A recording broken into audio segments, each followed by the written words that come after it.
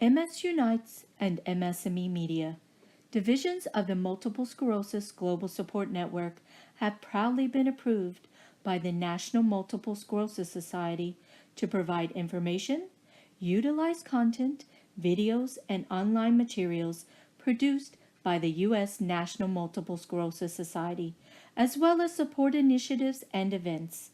Donate to the U.S. National Multiple Sclerosis Society today. Visit www.nationalmssociety.org. Help end MS. Hello, and welcome to another episode of MS Gamers Hut, and I'm your host, Ted Michael. I'm having a lot of fun revisiting some of these themes I had covered when I first started this show. There are so many new games coming in 2018 that I will have tons of material for you all to keep you all entertained. Now on with the show. The first game I'd like to review is Zombie Bolorama. Grabbing a heavy ball and sending it thundering down the lane towards 10 unsuspecting white pens can be a great way to unwind, and the resounding victorious crack of the ball against its target is simply cathartic. But those who feel they need a little something extra to sweeten the experience, Zombie Bolorama offers even more excitement by replacing the customary pens with flesh-eating undead monsters. Instead of just bowling, you get a zombie hunter armed with a bowling ball. It's hard to say exactly what kind of force would exactly be powerful enough to make the dead rise from their grave and seek to snack on human brains. In this case, the culprit is a rogue meteor that falls from the sky and crash lands in the local graveyard. How unlucky. The glowing green radiation it gives off seeps into the earth and makes the rotting fellow lying beneath the soil, whether it's from a hunger for sweet delicious brains or a desire to get reacquainted with their old favorite recreational pastimes. These zombies head straight for the local bowling alley where they're hanging out. Even though the living dead rudely interrupts your match, it's not enough to stop you from having a good time. In Zombie Bolorama, you can compete against humans or computer-controlled opponents in bowling matches battles that also serve as an effective means for zombie crowd control. Instead of resting with a shiny new set of white pins at the far end, a small horde of zombies will crawl out of the back hole. Both you and your opponents will take turns attempting to obliterate each wave of zombies with your bowling pins for a high score, while also using trickery to thwart one another.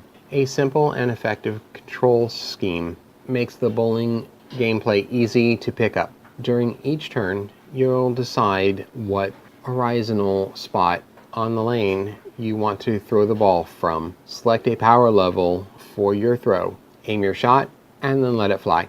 Once you're thrown the ball, you can also use the mouse pointer to make it steer around obstacles and adjust to its trajectory as it rolls down the lane. A steady aim and a little luck, you will send the zombies flying in all directions. Zombie bowling is inherently fun on its own, but it's the tricks and treats that make this Halloween-themed bowling experience so entertaining. Random power-ups will appear inside gravestones that pop up along lane during each turn, giving you something else to aim at besides the undead shambling towards you. Collecting these helpful goodies, add them to your inventory for later use, and you can hold up to 5 at a time.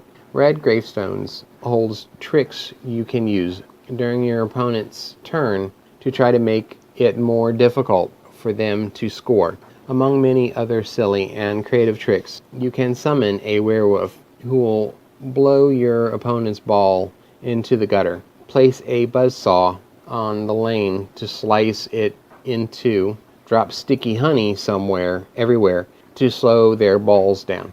And even make the zombie line up and dance so they're tougher to hit. Green gravestones hold treats that can enhance your own ball and help you rack up big points in other ways. You can turn your ball into an explosive round of meat. Place pits that give you fiery turbo boosts. Launch rockets full of acid goo and roll a swarm of bees. Since both of you and your opponent has access to these arsenals, an element of strategy comes into play. Zombie Bolorama features a nicely designed, spooky-themed presentation that flows evenly through all the menus and gameplay. The 3D graphics are good-looking, and the different kind of zombies that appear are very animated and amusing. You'll enjoy zombie construction workers, businessmen, and other occupational-themed ghouls, although they're not as varied as the initially appears, since you basically see the same few zombies repeatedly throughout the entire game. The start to finish gameplay is unfortunately on the short end, and there's also not enough visual variations found between the 6 bowling alleys you'll play in. On the positive side, the gameplay itself is so entertaining that you'll want to go back and play a few rounds here and there even after you've finished the main game. Unlockable trophies earn your completing certain goals, gives you the extra goals to achieve, and sitting down to comprehensively bowl over the zombies with a friend is a must. Fans of zombie bowling, but zombies, bowling, or both, will get a few kicks out of this off-the-wall title. The next game I'm going to review is Atom Zombie Smasher.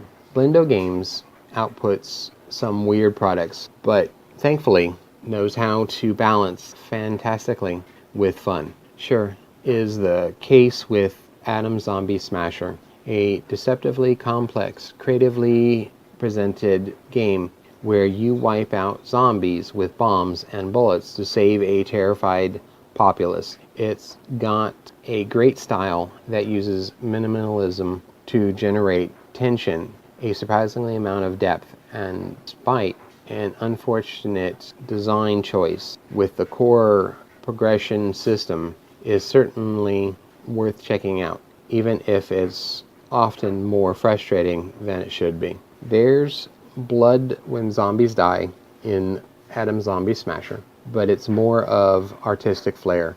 This isn't a game about shoving screwdrivers into skulls and revealing a geyser of gore.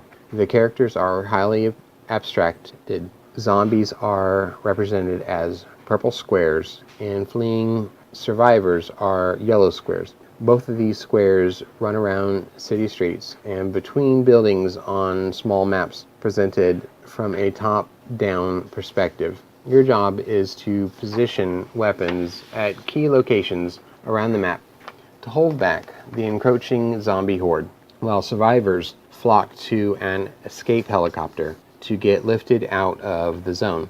It's an easy concept to grasp, but it won't take long to realize that without intelligent planning, the zombies will quickly make a mess of things. That's because you only have a limited time to save civilians before the sun goes down. Once it's dark, zombies swarm all the streets and make it very difficult to get anything done. Naturally, the zombies don't just kill the civilians, they turn us into them. If a single zombie makes contact with a group of civilians, that entire group of yellow squares will be purple in seconds. It instills in you a genuine sense of panic. Your carefully placed traps meant to save helpless civilians can all be rendered pointless if only a solitary shambler is still inching down the street.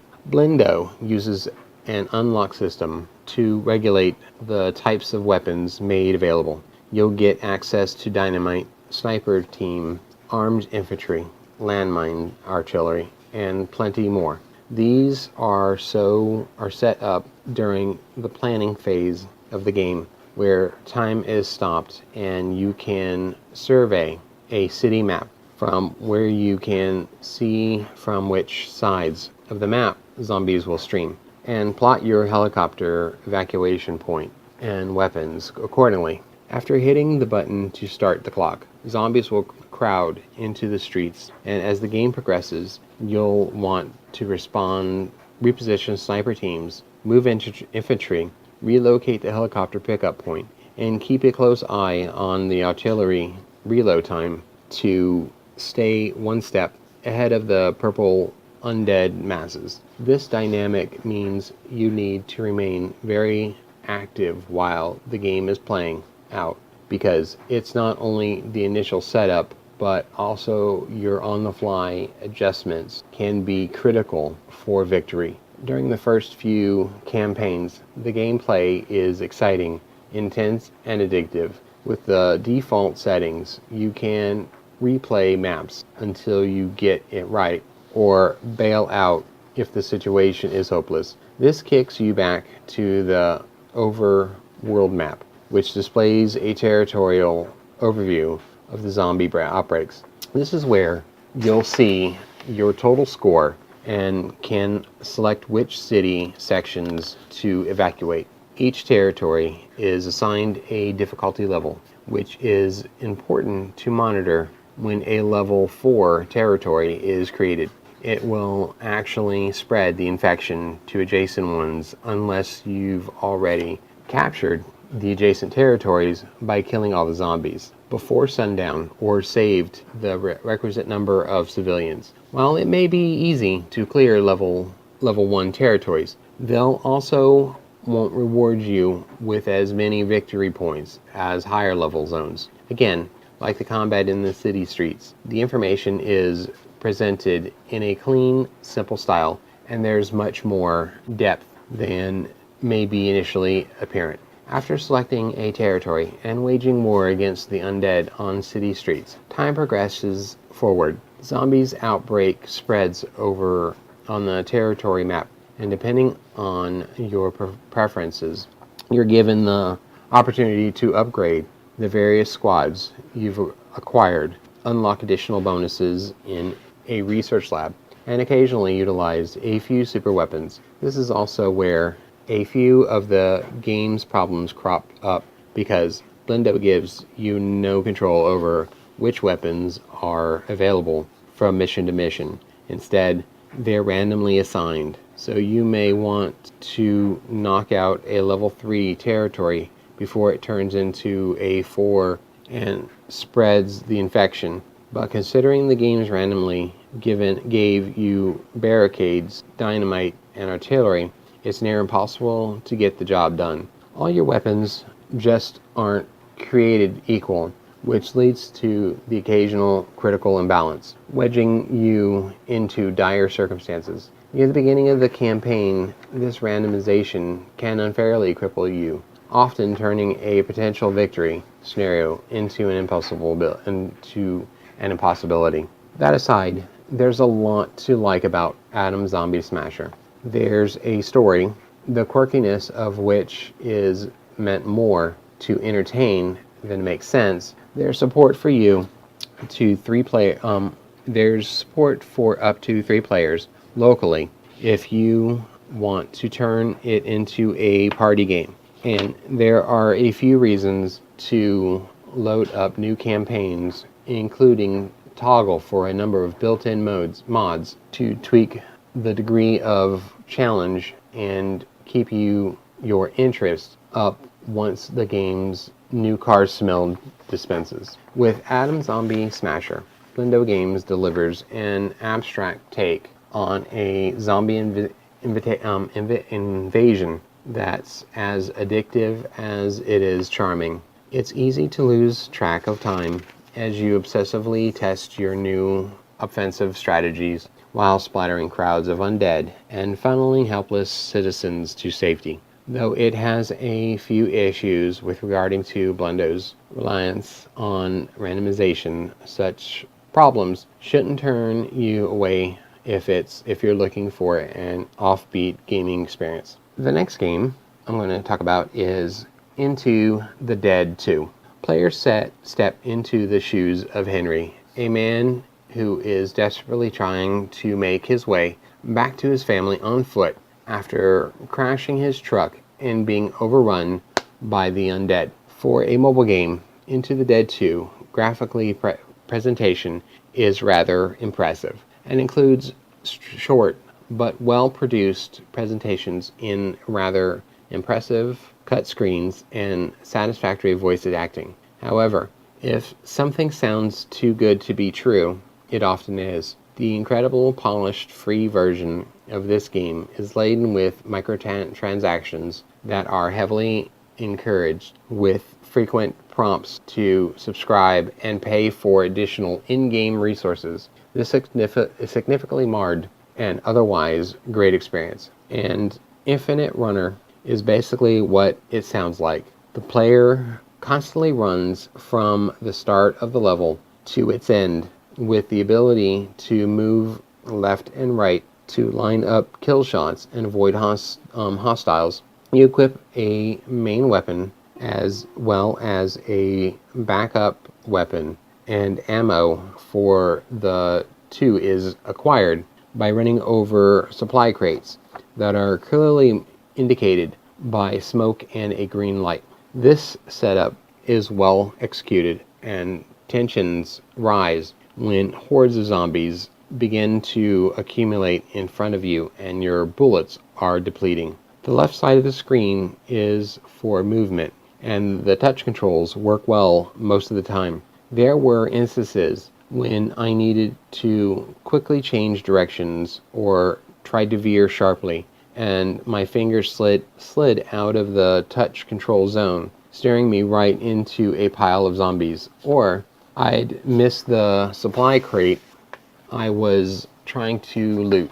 Other than those minor misgivings, the controls were intuitive, responsive, and carried out my inputs well. The right side of the touchscreen is used to fire your equipped weapon and swap between the main and backup weapons. Firing at zombies is easy enough, and it indicated your shot will be accurate even your on-screen weapon jerks in the direction of the closest zombie. Sometimes when moving side to side, these shots can miss, but they're more accurate than not. There are a plethora of weapons that can be obtained and upgraded. Upgrades can be applied to increase your weapon's various stats. Now, this is where the infamous microtransactions come in. Often, when a run is completed, you are prompted to either pay for a subscription to the game or spend your hard-earned cash on buying in-game resources in an unfortunate pay-to-win fashion. This mostly subscription fee is $11.99, and the resource transaction range from $6.99 all the way up to $69.99. It's also flaunts extremely powerful weapons for you to purchase at the cost of $6.99 to $13.99 as a shortcut, instead of grinding the level day after day to slowly accumulate resources to purchase upgrades, which are basically mandatory on later levels as enemies become more powerful. Not only does it dangle powerful weapons in front of you or constantly prompt you to purchase resources, but it also rewards you with randomly generated loot boxes at the end of each completed level.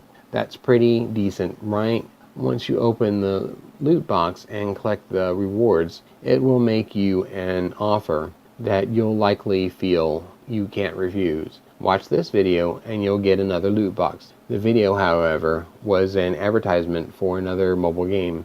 I was left with a residual bad taste in my mouth and my spirit violated after the constant barrage of requests for microtransaction. That was enough. To top all of this off, you also possesses a resource known as stamina, which gives you the energy to complete runs. There is a limited amount of this, and if you fail to run too many times, you will not be able to attempt any more story levels for the day, unless you purchase additional stamina with your precious resources. When not completing levels through the main story mode, there are daily trials that change every day. The trial I played was simple. Kill as many zombies as you can on an endless run with an extremely overpowered shotgun. This was actually more entertaining than the main story mode itself, and it rewards you depending on how many zombies are killed before you meet your own demise. But in typical microtransaction orientated fashion, the run concluded with an offer for me to buy the shotgun I'd been using in the trial for only $13.99. By that point, I was done. Into the Dead 2 looks great on paper. A free first-person shooter with excellent graphics for being on a mobile device with tight and responsive gameplay. It's evident that developer Pickpoke has put significant polish into bringing the title to fruition. However, I would have been happier to have paid a small amount of money for access to the game initially, instead of being constantly bombarded with offers to purchase in-game resources, weapons, and subscribe to the game for a monthly fee. Into the Dead 2 is a good mobile game, but buyers beware. It is a pay-to-win model that will likely leave gamers who are unwilling to dole out their cash frustrated and insulted. The next game I'm going to talk about is Zombie Highway 2. Free-to-play gets a bad rap among a lot of serious mobile gamers, and often for good reason.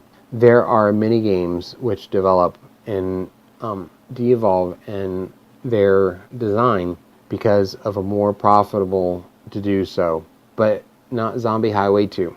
This is a free-to-play game that features many of the trappings of the business model, two-tier currency in the video ads, but it makes them feel optional and doesn't get in the way of being a fun zombie splattering good time. The setup is that it's the post-apocalypse, and the zombies are just littered the roadways, and you, dear driver, are trying to drive as far as possible without those jerks jumping on and tilting you over. Thankfully, your co-pilot can shoot out the window, but ammo is limited. The real key is to scrape them off the obstacles nearby, also using the new nitro functionality to help get an extra damage boost, because these pesky undead get even tougher as the run goes longer. Really, Zombie Highway 2 is about resource management. You have a limited amount of ammo and nitro to use, so you have to be smart about scrapes and just running zombies over in order to be prepared for them. There's fat, red, degenerating zombies on all sides. Good luck with that. And of course, not crashing is important too. So it's a game about fast precisions while also being strategic, and it manages to feel completely natural as you play. Zombie Highway 2 features a sparse desert environment, but the city environment is detailed enough, and it presents new challenges along with darkened tunnels. No matter what, it looks a lot better than the original Zombie Highway does now. There are plenty of weapons and vehicles to unlock, with plenty of upgrades therein. But the thing that makes Zombie Highway 2 so unlike many other free-to-play games is that it actually manages to have a fair progression system to it, albeit one that can be skipped by the impatient moneyed class. Items are available at fair prices once they're unlocked by reaching a certain class, which is obtained by completing objectives. Of course, you can spend gold, the hard currency, to buy any vehicle or weapons you want before you unlock it. But if you want to play through the game as its fair progression, you can do that.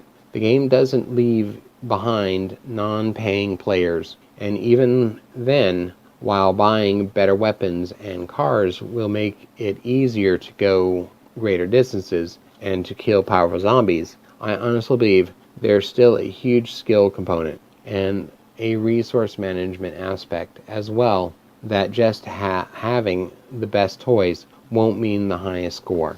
The revive system strikes a great balance towards fairness as well. It's a system that's not pay to win. It's just rewind you back a few seconds to before you died. This, with the situation the exact same, just now presenting you with the opportunity to correct it. These can be earned with gold, which the game does hand out often enough through objective zombie discovery and daily challenges to give players a decent skill supply to work with. But there's also the incentive video ads, and there seems to be a good supply of them, so that you really don't have to spend much or any gold if you don't want to. Oh, and if you think that the rewind is cheating, there's a leaderboard for longest run without a rewind. This is a free-to-play game for people who hate free-to-play games. There's no wait timer, an honest progression system, and plenty to do. The game rewards you for playing on expert mode and for turning off various assistants. It feels like a free-to-play game that respects the player, tries to make it about skill, but also accepts the modern economy. People want free games, but people should also be able to play free games for free. And Zombie Highway 2 does a wonderful job at that. But no matter what, Zombie Highway 2 is just a lot of fun. The game takes this concept that could be highly repetitive and adds in a completing progression that actually feels like it's possible to get better, and that success is as much skill-based as having strong weapons. The normal and expert modes both have their reasons to play. The latter is a shorter challenge. The earlier is a great endurance test and way to earn lots of money at once. And of course, it's about running over and shooting zombies at high speed. Everything comes together to make Zombie Highway 2 the kind of game that I just can't put down when I start playing it. That it can be played without spending money, and just watching ads helps too. Free to play should mean free to enjoy, and Zombie Highway 2 takes that to heart. Well, that brings us to the end to another episode of MS Gamers Hut. As usual, I'd like to thank MS&Me Radio for giving me the opportunity to share my passion for games, and to my listeners, because without you, there would be no MS Gamers Hut. Next week, I will be revisiting MMO games. Goodbye, and keep gaming.